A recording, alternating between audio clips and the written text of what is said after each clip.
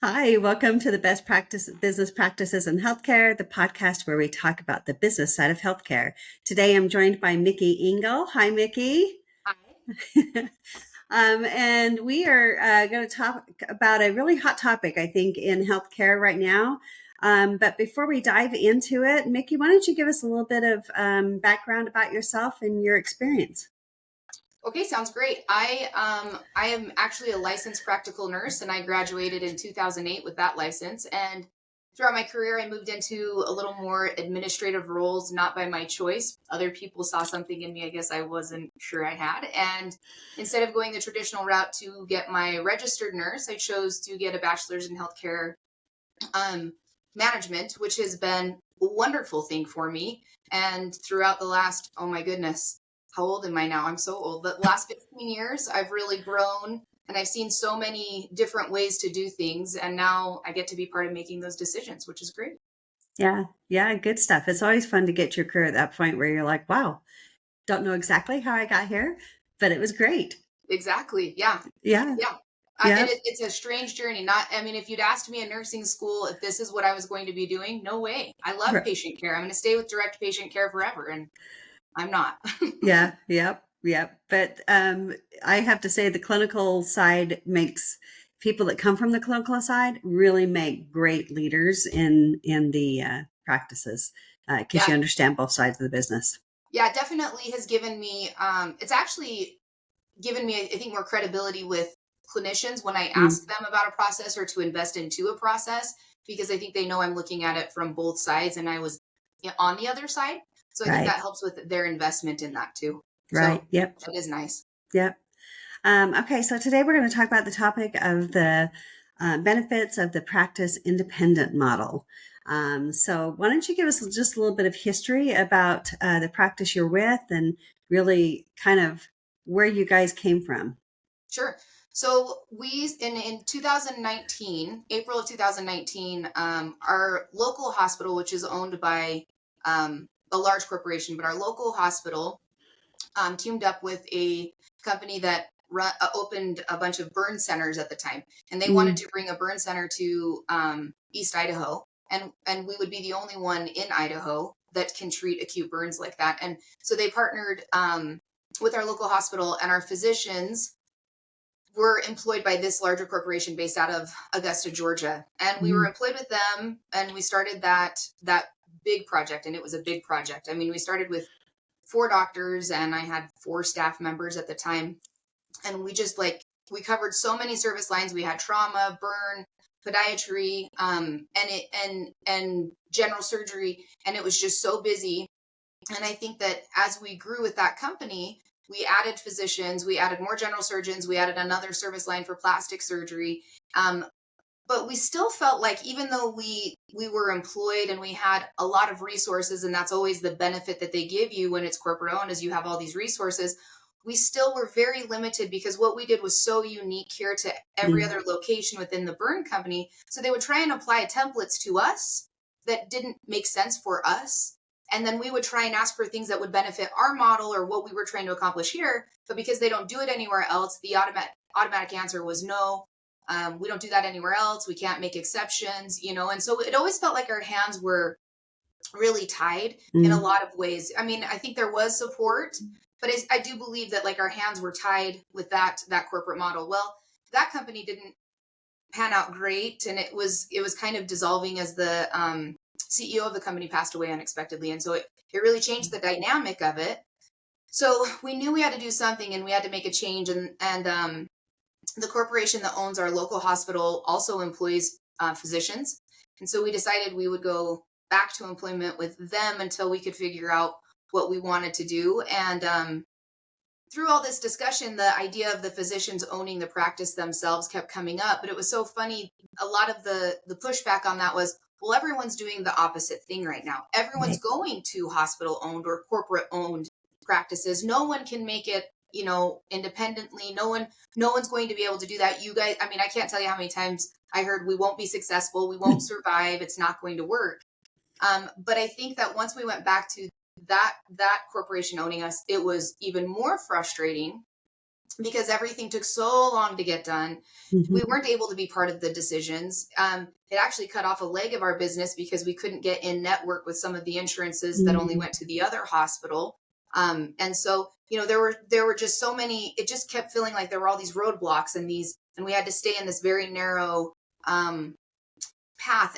And the money was great for the physicians independently, but luckily I have physicians who aren't completely motivated just by money. We actually want to do the right thing for our patients, and we want to take Mhm. care of them the best way possible.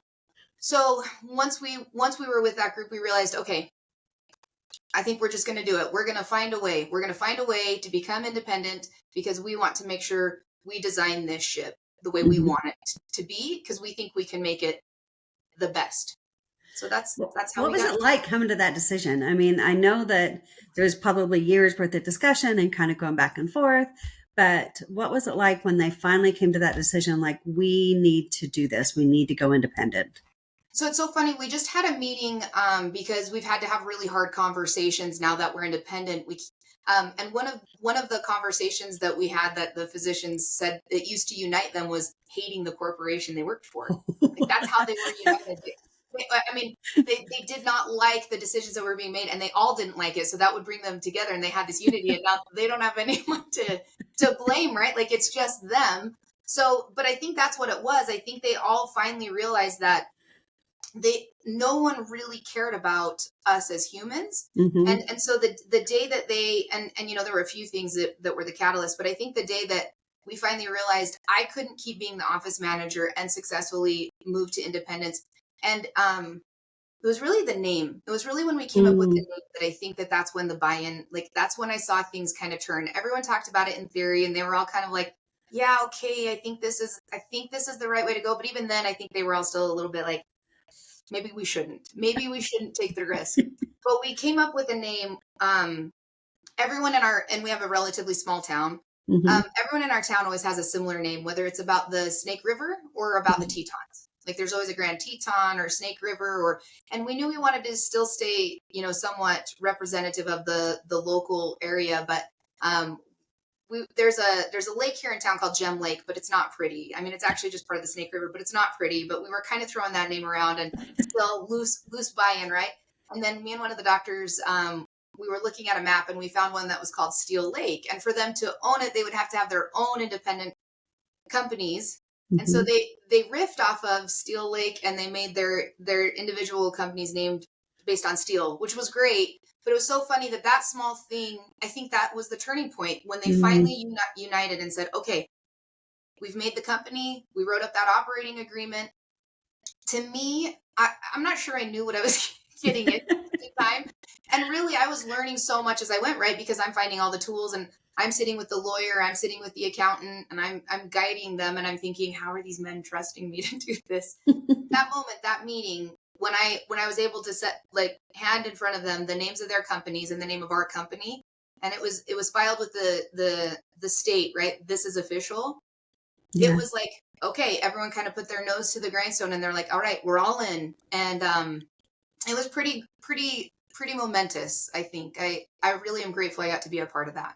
Yeah. Well, and I can assume that that process of breaking away was not easy. So, what was that process like? I mean, what were the steps that you had to take, and kind of what was that timeline like? It was, I'm sure that's not something that happens overnight. So, Oh. yeah. So I guess I'd fooled myself that I'd been working on it for a long time, but when I really made it was September of last year, so a year ago, I Hmm. guess. September 11th was when I became contracted with them independently to just start going. And I think I knew I needed to start with the name, Hmm. and we got the name and we had that entity set up. And then um, breaking away from like I didn't realize how many things were just autopiloted through a Hmm. corporation, and then everything had to start with me, right? So I had to get down to the very nitty gritty of how will I maintain an HR team? How will I hire people? What is an onboarding process? I need an employee handbook, right? And so I knew I shouldn't reinvent the wheel. This has been done so many Hmm. times, and I think that I wanted to look for some credible resources. We had a local practice here, and it's a family practice, and they've been independent forever. They're one of the very few in our town. And so reached out and I got in contact with their office manager. So I asked, what resources are they using? What EMR are they using? So I kind of listened to how they did some things. There was another gentleman who ran a very successful company here in town, and I wanted to make sure we had structured our company correctly. So we're a PLLC with S corps for the physicians own. And I wanted to make sure we had that set up correctly, because a PLLC requires you to have a professional license to own in it. So not just anyone can be an owner in the company, which I think actually is a benefit. But also, if you look into the research of it, when you're a PLLC, the government and the state, they hold you to a higher standard because you have a professional license. So they expect you to have more ethics, have more integrity, and I think that's a good thing. I think it's good to be associated with something like that. So that process of, this is how we used to do it.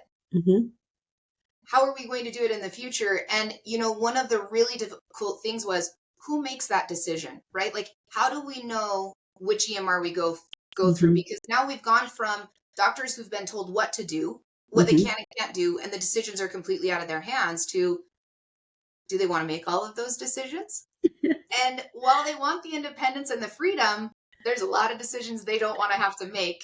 Enter Mickey, right? So I had to sit down and vet a bunch of EMRs, and then I go forward with a couple of options. And then really, and I was really spinning wheels in the beginning, Jerry, trying to figure out, do I get to make this decision? Do they get to make this decision? Do they sign off on everything I do? It was kind of clunky. And then finally I realized, I think I just have to make a bunch of things happen. Because at the end of the day, there's a lot that it's actually going to affect me the most. Yeah. And so I needed to be able to stand behind those decisions with data. And I always did. But we finally had a meeting where I just said, okay, guys, I got to move this along. So can I just have some freedom to make the decisions? And they said, yes. They said, okay, we trust you. Just get it done and get it set up. But the MGMA, there's a checklist to start a practice. And I went and looked at their checklist also.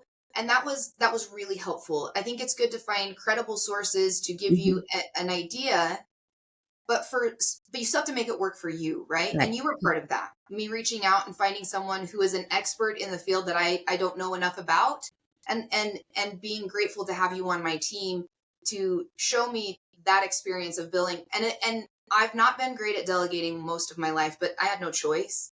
And I've realized that I'm pretty smart, but there are a lot of people smarter than me in other areas. And that's a great leader, right? You find the people who are better than you, and you bring them onto your team, and that makes you an even better team. And so, it was finding resources to give me that feedback. And I know that there's going to be something that fails. Like, and I love that my doctors actually said to me, we know you're going to make mistakes. Like, something's not going to work. Like, something's going to happen. And you have to be okay with that. Like, you just learn from it and move forward, right? Yeah, you have to allow yourself that as well, right? It's always one thing to hear it from the doctors, but you do have to allow yourself that. And that's where I know you and I are similar. We both trip up on that piece. we definitely do. But through the mistakes, right, then you learn, well, I won't do that again. Right. And I've also learned they don't cost as much as you sometimes think they might cost, right? Right. Sometimes there's a benefit to them. So when we broke away, one of the hardest things, though, was all the legalities that you don't think about. Even invoices of, up to this date, that company was responsible for it, but now we're responsible for this at this date, and things come up that when you make a pro forma or you make a budget, you don't think about them because a corporate was doing it. I never got to see that transparency. So, developing processes, I'm really good at, but that was a lot of processes to develop. Really quick too. Yeah. So from September, our goal was January 1. And which is very ambitious. Yeah, that was very ambitious. We didn't make it, but we made March 1st. And I have to tell you, a lot of people didn't believe we would do that. A lot of people. And we're living, breathing, cooking right now. So we made it. And I will tell you, there's a part of me now I can look back and go, oh, I did such a great job. And accomplished a lot. Because there were a lot of things, like you said, and you even had a few hiccups and snags along the way that you didn't anticipate, even as simple as getting a phone number, right? Yeah. So kind of talk about like what that's like when you're a corporation and you're trying to do things like that and you have to get sign off and And you got to get all the parties to play nice in the sandbox, right? It's true. I thought we could just purchase a phone number, like simply Mm-hmm. as simple as purchasing a phone number. And when I went to purchase a phone number or the same number that we've had for 5.5 years, because that would have really been a difficult Difficult. thing to not Mm-hmm. have. But having to go, it was the corporation that made it hard for me to purchase it. I could do it on my end just fine because, like you said, I Mm-hmm. can sign or the CEO can sign, which is one of our physicians. But with the corporate, they're based out of Nashville and it had to go through 5 hands. And I had to show proof that they owned the phone number by a bill. Mm-hmm. And they own so many phone numbers that the bill was 1,000 pages and they couldn't sort through it to find my phone number on the bill. And so it was almost down to the nitty gritty that I wasn't going to be able to buy the phone number. I got the phone number. I couldn't buy the fax number. I finally had to get a new fax number because I couldn't, because of this issue right here. They own so much that they couldn't, that simple task, which should have been Mm-hmm. so easy. I worked on it for 3 weeks and I asked every person I could think of to get to that, because also in a corporation, it's kind of sometimes about who you know to Mm-hmm. get something done, which is a shame. But the left hand doesn't always know what the right hand is doing, and it was really frustrating because I know I could just get that done in a heartbeat, and it was really hard. Just so that's just an example, right? And then the contracts, having to execute the contracts, and Mm-hmm. they initially were making all doctors sign all of the contracts, and then I realized, okay, so my lawyer drafted a piece of paper that said one of our doctors would be the CEO, and now he could sign for everything, and that Mm-hmm. that solved it all, right? But then you have to go on the back end. Does that make him personally liable for all those things? You have to. It's not just a simple thing, and I understand. So you have to really think those things through. But that I mean, it's so hard because there's not one person you work with. There's like 55 million, and Right. that you can't get anything done. Right. Well, and you just hit on a really good point too. I believe that as you guys were setting up the structure of the practice, you also assigned your physician different duties. They all kind of have a role and their own dedicated role in the Yep. practice. So, what are those roles like? What were the types of roles that you had? Well, so I found, and I think with a corporate structure, you have specific jobs with specific job duties, and Hmm. um, I, when we were setting up our practice, I end up being the capstone for everything, but that means that all the responsibility would fall on me, but I had none of the authority, and that was making it really difficult. So we had the CEO, and we created an executive board. So it's not all the doctors, it's some of the Mm-hmm. doctors. And that was the first step, I think, that was helpful, because instead of me trying to hunt 6 of them down, and Yeah. especially with call schedules and things like that, and you get 6 different opinions, it gets painful. So I only have to go to 3 of them now, and I have one of the members of the executive board meet with me and look at financials with me. So he can help me with the financial decisions and the financial health of the business, and he gets to be involved in that, so that when they get really upset about maybe what's happening financially, it's not just me answering for it, right? Yep. There's 2 of us, and it Yep. helps it helps shoulder that burden, but it also helps with transparency. Yep. I have another one that's in charge of helping me with building the business and the marketing, and helping make new business ideas. One of the things that we've run into, though, is we all made an agreement at a meeting to do something, but everyone interpreted how that was going to happen very differently. Mm-hmm. And I'm an executor. So when they say yes, I just do it. That's how it's always been. And they all of a sudden went, wait a minute, that's not how we all envisioned it. And so we learn that we have to have people involved in that. I have another physician who helps me with hiring. Actually, it's an APP now. One of my APPs, we're in charge of hiring. And so now, I mean, it's a courtesy if they do want to interview with them, but the physicians are so busy. I know they don't even want to bother with that. So I actually have an APP that does that with me, unless it's a physician, right? That Right. hires a little bit different. So I think but when you give them ownership of that, it's it's less risk for me to get the criticism, right? Yep. Of how I do it or all the different opinions, because they've all agreed that, okay, we're okay that those decisions are going to be made that way. We're still working out the kinks, but in the beginning, it felt like everything was falling on me to Mm-hmm. take care of. And now that burden has completely spread out. And it's made a huge difference just in the dynamic of my job satisfaction, truthfully. Yeah. Um, and there's 2, but it also makes them own the outcomes, which is helpful. Yeah. Well, and that's part of being an independent practice, right? Is the physician involvement. And that was one of the things I'm sure they felt that they were lacking when they were part of a corporation. But now actually stepping in and doing it, right, has probably been a transition for them, right? Yeah, I think so. It's what they wanted, but I don't think they realized the responsibility it was going to give them. And that's Right. okay. I work on being that bridge for them. We haven't figured out the perfect measurement yet, but I think that, you know, being in charge sounds so great, Mm-hmm. um, for all the benefits of it. But now they're starting to see the pitfalls of it, and there are. Uh-huh. Um, you know, my favorite quote from Simon Sinek is that leaders don't get any of the credit, and they get all of the criticism.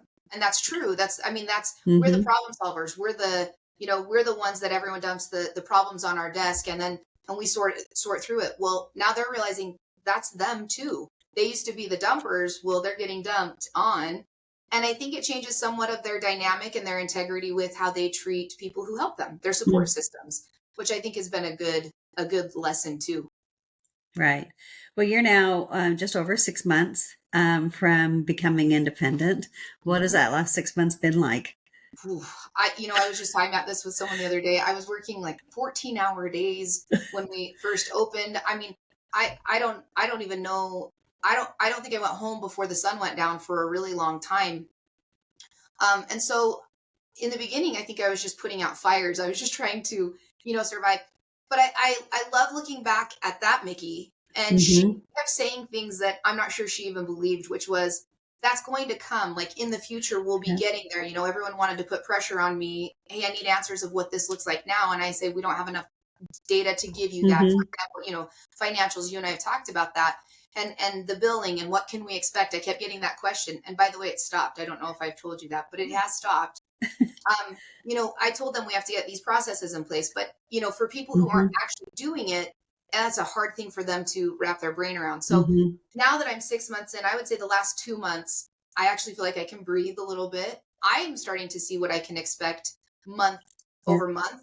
We've solidified closing dates. We've solidified reports thanks to you, that are coming out that give us transparency into numbers. Which, by the way, when we were with a corporate structure, we used to believe the numbers they were giving us until we realized they weren't right. And when I say numbers, they were just talking about the physician productivity and the Um, amount of money they were earning and the amount of money they were being paid. Well, when we got a report and then they lined up with what they were getting paid and it wasn't accurate, we started to realize they're not showing us the truth. And it's right. funny, being in the position I was in, I was always the middle person, and I would be told by the corporate, you can't have access to that. You can't look at those contracts. You can't have access to that information, Mm, which was strange because it was information about us, right? right. Really hard to run a practice when you don't have that data.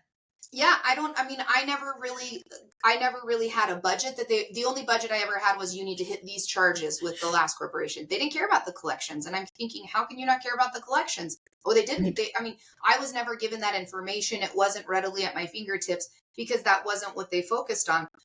The practice before that, their fee schedule was so overinflated that looking Mm, at the percentage of collections, it wasn't really I mean, it didn't seem like an accurate percentage because it was going to be so low because they used a fee schedule from a different part of the country um, for Idaho. And I mean, our payers were never going to even get close to that. So, I think that if you're going to be a corporation that owns several locations, you have to understand that you can't apply the same thing everywhere. But I'm even finding myself working on standardizing things because it makes it easier to roll things out if you standardize things. So I think I mean, it always makes me look back and go, I don't want to standardize on the level that I can't differentiate, right. but I do need to standardize on the level that we have to have a standard that we're meeting as a practice. And I'm always trying to find the fine line between that. You Mm-hmm. know, so going to independently owned, the the last 2 months, now I understand how to evaluate us. Okay, you and I talked about it yesterday. We had an email about it yesterday. This is what we've been expecting, and that's not what's Mm-hmm. happening right now. Where's the breakup? I didn't have any of that in the first 3 months, right? And probably didn't need to care about it because I was just getting things going. But now I'm it's so satisfying to see the things that we put in place and they Mm-hmm. work or they don't. Now I get to see the end result, or I'm starting to. I know we haven't hit the end, but um, I never thought I could pay my physicians regularly as soon as I did. And I think to know that we're just going to continue to get better and better, like we just keep Hmm. scraping off just the top every month. I think we get something new happening, and I'm really proud that we have come this far. It's not easy. It's really hard. And everyone thinks it's financially what will put the constraints and the stress on you, and it hasn't been. It's the interpersonal dynamics that we've now had to have really hard conversations, and I'm grateful I'm good at those. I am. I've been really lucky in my life to have that, but physicians are not. They're not. Yeah. And they Yeah. have to be. That's the only way this will work. It's the only way it will work. And But I think you're teaching them how. yeah, From what I've experienced and what I've seen with you, I think you're really teaching them how and the importance of it. And I think that's probably the biggest, like the why. Why do they need to have those crucial conversations? And why do we need to openly discuss something that might be frustrating for somebody else in the practice? Maybe they don't think it affects them, but it really does, right? yeah, So being able to connect all those dots, I'm sure is going to be continued to be a process. yeah, I agree. It's been uncomfortable even for me because I think that no matter what, medicine has a hierarchy, right? I mean, Hmm. there's a hierarchy. I was talking about this is specifically within the hospital, but you have the physician and then the APP and the nurse. I mean, that's kind of where we were looking at that. And in an office setting, it always feels like the physicians are put up on the top as leadership, but my experience has made me realize not all doctors should be put in leadership positions. Hmm. They're not equipped for it. I had to sit down with one of my physicians and talk about his bedside manner with patients because he thought he was doing everything great because he was doing it by the book, but he wasn't Hmm. connecting with the patient. Hmm. And he said, and it was really poignant and something I hadn't thought about. They don't teach us this in medical school. They Right. don't they don't teach us how to connect with people. So some people are built with that and some people are not. And he said, so they don't teach you how to have those conversations. They don't, Hmm. you know. And so I think that if you really want to look at the health of your practice and how good it is, you have to look at your people. Are they happy? Hmm. Do you feel that discontent? Because in a corporation, there's always pockets even of discontent. Oh yeah. And I think that we were feeling that. You were here on site a few times. There was a lot of that, but it really has ironed out, and they're starting to see the benefit of hard conversations. Brene Hmm. Brown says it so well. 5 seconds of discomfort is so much better than months of resentment. And so if you don't have those hard conversations, you build resentment, and that's where practices dissolve, right? They can't be Yeah. unified in what they're doing. And I love it in the meetings when they say, "Hey, we're always going to make someone mad with a decision we make as a group." Hmm. I mean, not everyone's going to be happy about all the decisions we make, but you know, as a whole, we're just trying to work for the same purpose, which is take care of our patients, and happy people take care of patients well. So, we're our greatest resource. We got to keep our people happy and Yeah. they'll make patients happy. And Yeah. that's kind of been our motto. Well, and I think that's lost in a lot of practices and a lot of large practices, small practices. It really, I don't think matters on the size. I think that it sometimes gets lost because if our team members that are patient facing are not happy in their job and happy in what they're doing, they're going to not treat that patient as well as they should. They're not going to be as understanding or as kind with that patient. And that really, to me, starts the process, right? Because that makes the patients happy, and happy staff and happy patients make happy doctors. So it's True. it really does. I think we shortchange that a lot. It really does start with our staff. So that's a great model to build the practice on. So what does your future look like? Oh gosh, I just hope we continue to grow and grow. One of the best things we've done is position ourselves as the only independently owned multi-specialty practice in our city. But the dynamic between the hospitals in our town is so interesting. That it used to be physician owned, it's not so much anymore. The other hospital bought up all of the practices in town, but the Hmm. you know that dynamic is changing soon. And we have positioned ourselves so well that we have, even our hospital wants to recruit physicians into our practice, so we get to say Hmm. that one's not going to fit, but this one's going to fit. So I think we're 6 months in, and now we know this is working, and it's actually Mm-hmm. working really well. And I Mm-hmm. think that we just have an opportunity to grow and be better and better. And I love that we've never stayed the same. Change is the only Right. thing I guarantee anyone we employ. I tell them that, listen, I can't guarantee you a lot, but I can guarantee you there's going to be a lot of change. You got to be flexible. And thank goodness for nursing school. That's actually what they promote in nursing school. But Mm-hmm. I hope to create a foundation that's based on integrity and values Mm-hmm. and the intent to do the right thing. And money's just a byproduct, I think, of culture. And if Mm-hmm. we can just build such a solid culture, we'll be an attractive place for people to come. Because I don't want to promote a lucrative place to be. I don't want this to be money geared. Right. I want to promote a family. Like we bring people to our family, and we are a family. And I think that can I don't want that to, disintegrate as we get bigger. So I'm going to make strong efforts to put processes in place that we keep that feeling. And I want to bring people on my team who want to maintain that so that we can keep that motto going and provide just the best care we can to patients. That's Yeah. ultimately where I think we're headed. Yeah. Well, I was talking to an old colleague of mine yesterday, and he was saying how he really feels that the dynamic in healthcare is really shifting to this practices breaking away, right? Because we've seen such a large rush of, like you said, hospitals coming in and purchasing practices, and there's a lot of benefits to that. But I think there are just certain practices that are always going to do better independently, and that there's really is a wave, I think, across the country. It's um, something that I think that we're going to see a little bit more as time goes on. And so it'll be fun to kind of see how that dynamic and that shift happens. I hope that's the way that it's going because I think when I was younger, I was told go into healthcare. That's where it's financially very lucrative. And Mm-hmm. but I went into healthcare because I love people and I want to take care of people. And I think we've seen through even when they tried to reform our healthcare and Mm-hmm. the intention behind it didn't really play out like they wanted it to. And people have just been really trying to how do we reform it? How do we make it better? And the answer seemed to be going hospital owned, but I think we're realizing that wasn't it because how can you work for something if your value set doesn't align with it? Right. So that's the benefit of having an independent practice, right? You get to have a practice that aligns with a value set you set.